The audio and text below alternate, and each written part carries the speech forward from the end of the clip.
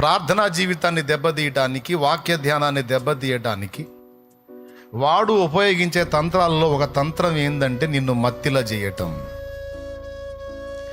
మత్తిల చేయటం అంటే ఏంటో తెలుసా? నీకు సమృద్ధి వచ్చిందనుకో, ఒత్తిళ్ళు తగ్గినాయి అనుకో, ఆటోమేటిక్గా ప్రార్థన పట్ల ఆసక్తి తగ్గిపోయింది. ఎందుకంటే మన ప్రార్థనా జీవితం అంతా కూడా సమస్యలతో లింక్ అయి ఉంటుంది. అది మన దరిద్రం. సమస్యలు తీవ్రంగా ఉంటే ప్రార్థన కట్టలు తెంచుకుంటుంది. కన్నీటి ప్రార్థన, భారం. సమస్యలు తక్కువగా ఉన్నాయి అనుకో, ప్రార్థన చేసే అవసరం ఏముంది?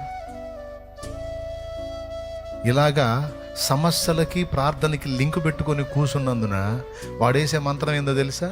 సమస్యలు సాల్వ్ అయ్యేటట్టుగా వాడు ప్లాన్ చేశాడంటే చాలు, సమస్యలు పోతే అమ్మాయి కూర్చుంటుంది కదలకుంటే, ప్రార్థన లేదు, దాన్ని బంధాలు లేదు అనుకున్నాడంటే వేస్తాడు, ఆ పని చేస్తాడు.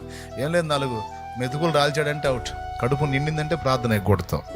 సమస్యలను, బాధలను, శ్రమలను ఆధారం చేసుకొని మన ప్రార్థనా జీవితం ఉండకూడదు. దేవునితో మనకున్న అనుబంధాన్ని బట్టి మన ప్రార్థనా జీవితం ఉండాలి. దేవునితో మనకున్న రిలేషన్ని బట్టి, అనుబంధాన్ని బట్టి ప్రార్థనా జీవితం ఉండాలి. కానీ మన సమస్యలను ఆధారం చేసుకొని ప్రార్థనా జీవితం ఉండరాదు అని నేర్పా.